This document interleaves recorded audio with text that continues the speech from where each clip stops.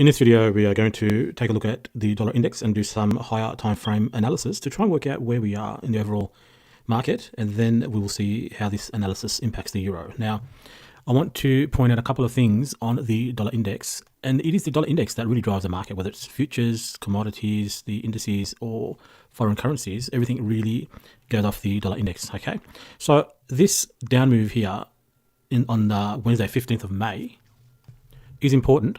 Okay. Because what this down move has done, it's broken a swing low. So if you see this low here, this is a swing low because on the left side we have a higher low, on the right side we have a higher low, making this a swing. Okay, and when you have a body closure like we have on this day, so we have a down candle close below that swing low, that is a change in the market structure, and it's further confirmed when you have this nice price displacement. Okay, price displacement is when you have a nice solid candle closure and there is a gap, right? If it forms a gap, then in my view, that is a strong move down. The gap's essentially formed because it's moved so quickly that it hasn't been able to deliver price efficiently on the way down. Now, the way that we can forecast future price movement with that information is we expect the market to go back up into this gap once it's formed, as we can see the market has done over the last couple of days of trading. Then we expect the market to continue on its path lower. Okay, remember this is the dollar index. Now this is essentially the inverse of euro.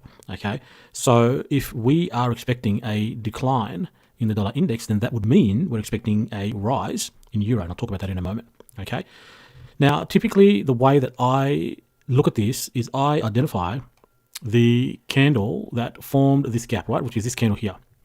Okay, that's the candle that formed the gap, because the gap is made up of three candles. You have this candle, okay, you have the middle candle where the imbalance is, or the inefficiency, and then you have the third candle. Okay, now in between those candles you can see on the first candle between the three, so there's the three candles that make up the gap, right? If you look at the low here of that wick, okay, that's the first candle, and the high of the third candle, you see that price in between there has only been delivered to the downside, and so we need to have price come back up into that gap, as we can see it has over the last couple of days, to efficiently deliver price in that price range. Okay, now you don't know when that's going to happen, so what I typically look for is when we get above the high of that wick on this third candle, I'm looking for short setups in that price range for the dollar index to go back down. Now I also saw that we had as I was looking for shorts in that price range on the dollar index, eventually I noticed that we had the high over here. Okay, this, let me grab an arrow. If you notice this high and this high, okay, so typically you'd expect stop runs, meaning that if we have this high, then you want to kind of see before the market starts to decline, which is what I'm expecting after seeing a break in the swing low here, as I mentioned, and a closure with this closure below that swing low, right? You're expecting the market to decline once we're inside of this gap, right? So when I'm looking and I'm seeing this high here, let me grab an arrow, this high here, then I'm waiting for something to trade above that. So this here did not trade above that high, so I'm expecting the market needs to go higher. So when I see this particular candle take out the two highs over here, then I'm thinking, okay, now perhaps we might get a move to the downside, and that's what I'm waiting for, a move back to the downside, which we start to get on Friday, which is that last candle, right? So Friday we start to get a move down. Now I also then measure and calculate the midpoint of this gap between that high, that low wick, and this high wick, which is the gap. I want to kind of measure and calculate where is the midpoint of that range, and that comes in somewhere around about here, and I want to see us trading back below that, which we do on that Friday. Okay, so let me repeat that. We have a midpoint of the gap, and then on Friday we've closed below that, and that to me indicates that we are now turning around and heading lower on the dollar index. Now this is quite a dynamic market, and with the current geopolitical environment, you need to kind of assess this every day, day by day. You need to assess this because the market can change at the drop of a coin. So while right now my view is that dollar index is headed lower, it really all depends on what's going on in the overall geopolitical environment that we are in, because in current war times, it's anticipated that the dollar index will actually rise, okay, because it's a flight to safety. So we really got to take what I'm saying here and review it minute by minute, hour by hour, day by day, week by week, okay, because the market can change at any point. So that's my current view on the dollar index. I believe that initial price movement will be down to 1004. That's kind of what I am looking for, okay, based on what I see now. So I'm using all the information that I have available to me at this point in time and forecasting future price action based on current future price behavior and historical future price behavior. And the entire premise is that we have this swing low. We've now closed below that swing low with significant price displacement. And the gap that was made has now been traded back into. And I believe now we have a market that's indicating, because that Friday's price action is now closed below the midpoint of that gap on the dollar index daily chart, then I believe there needs to be a stop run on all these lows that we see here, okay?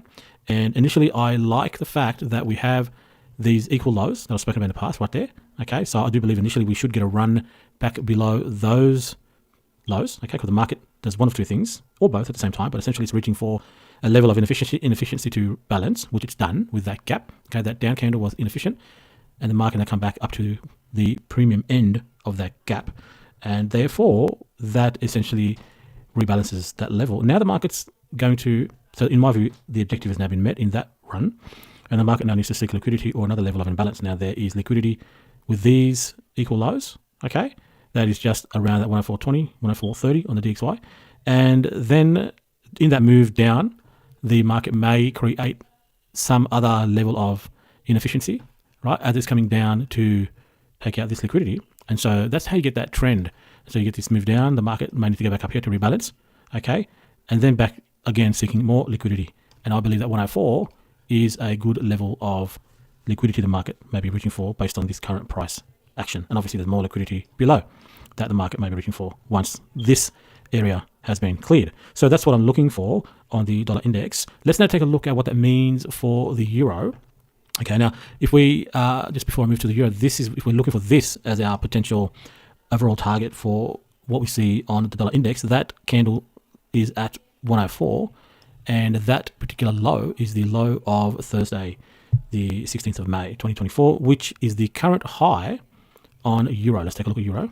Okay, so if we look at the market, the current high on euro on Thursday, 16th of May is right there at close to that 109, okay? Levels that I had already forecasted based on price actions from the past in previous videos, okay? So that's kind of what we're looking for on the euro if we get what I have mentioned on the dollar index, because the euro price action will be inverse to the dollar index price action. Now, I also want you to notice that the euro has come into a gap here, okay, on the daily chart. So on this move down in euro, right, let me just bring this easy to draw with this.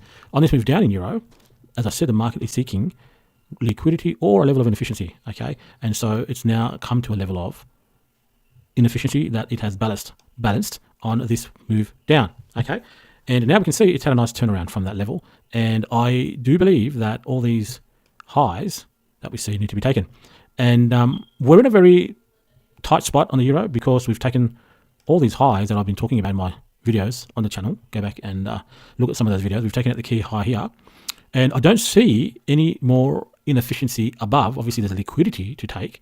And so it really could be a turning point in the euro. We really need to be careful and monitor this market on a continuous basis. Now, something else that I want to mention on the dollar index, I'll come back to euro in a second, and that is that you got to understand, I always try to answer the question, why did the market stop where it stopped? Okay, so on this move up in the dollar index, okay, we've already spoken about why the market was moving up, because it was balancing this gap left on the daily chart on the way down to seek this liquidity. Then I tried to look at other confluences on higher timeframes to kind of see, was there something else that perhaps was the reason for the dollar index to stop where it did, other than just to come up here and rebalance this gap. So I'm going to jump into a weekly time frame, okay, and to see what do we see here. Right now, you may not see it on the chart immediately, but what you've got to do is look at any gaps. So where in this current week, but you need to go back to the left and identify any other gaps, because these gaps from the past are important and they give you clues of where the market might be headed. So when we're down here, okay, we've taken out this level on the weekly chart, right? This swing low, that's a swing low because you have high low on the left, high low on the right. We've taken that down. We have closed below it, okay? Haven't left any gaps on the weekly chart. But then I look on the left and I see this gap. Okay, with this big move up, there is a gap that was formed between the high of that wick and the low of that wick, right? Where price was only delivered to the upside. Okay, we've had this consolidation at the high there, and then we've started to move down on the dollar index on a weekly chart. Okay, now on that way down, we've closed below this swing, so that is bearish. Now, this gap that I'm just going to draw on that green candle, notice the high of the current week, right? The high of the current week. The current week is this last up candle, okay? It's coming where? Right to the bottom end of that gap, okay? So see how the high of the current week has come into up to the bottom end of that gap, right there.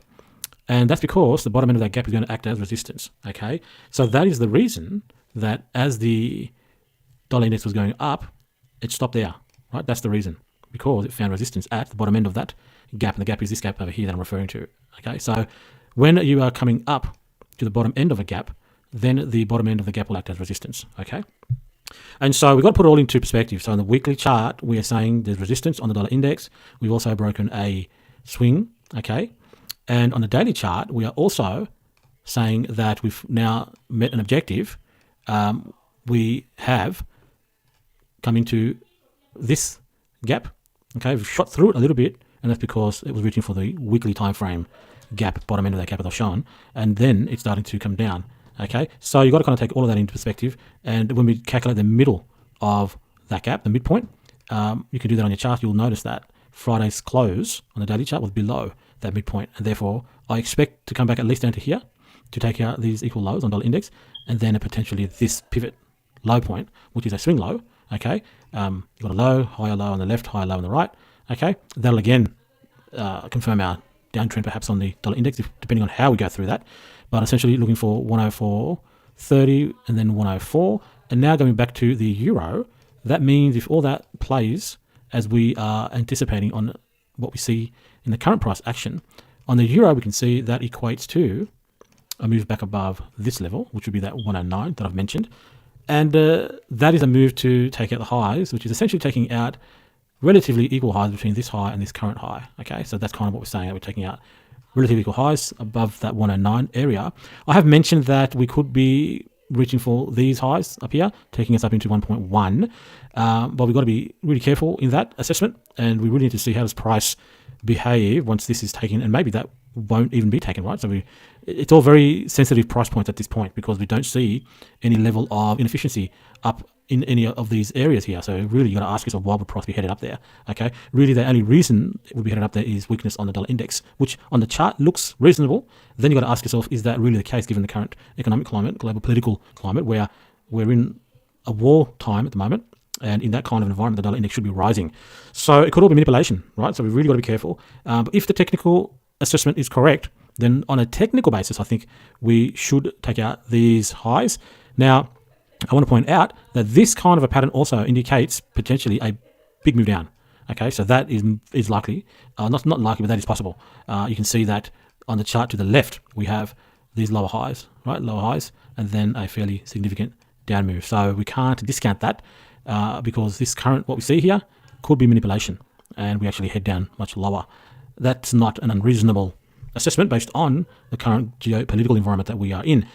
If we do start to see significant price displacement to the upside, okay, and there's a number of gaps and things, then this level could be a potential support area where we have a move up, move down, and continuation. If that is the case, then I would be looking for inefficiencies up higher in that 1.1, 1.2 zone. So these levels here would then be interesting, that gap there, okay? That'll be interesting then to see. Now, that could be, before we go through there, getting there could mean resistance. So 1.1 is inside of there. So if we do go up there, 1.1 would be, in my view, a level of resistance. That would be the midpoint of that particular gap that we see, okay? So if we get to 1.1, there's a lot of if and thens here, then we might see a move back down. But right now, immediate term, based on what I've mentioned on the dollar index, I think these highs is what the market will be reaching for, 1.09. As I said, we really need to look at this day by day, because we are now at a level where we've taken all the highs, okay, rebalanced everything that we need to, both on the downside and higher up, and this could be a turning point, okay? We are also approaching the end of the month, So a lot of things that lead to some uncertainty, right? End of the month, everything's balanced, all liquidity taken. A lot of liquidity now rests below, where institutions have been long this market, right? So there's a lot of money now sitting below the equal lows here. Okay, after rebalancing this, we are left with very clean equal lows at 1.08. Okay, because normally what you see is at each imbalance that's been balanced, you see that the right side, the bar that goes up, typically takes out the liquidity before going up. But what do you see, even down here, right? Before going up, what do you see here? You see that the market has actually left this low intact. Very, very suspicious, right? Very, very suspicious. And that's relative equal lows at 1.08. So there's a case here for both sides of the market, okay?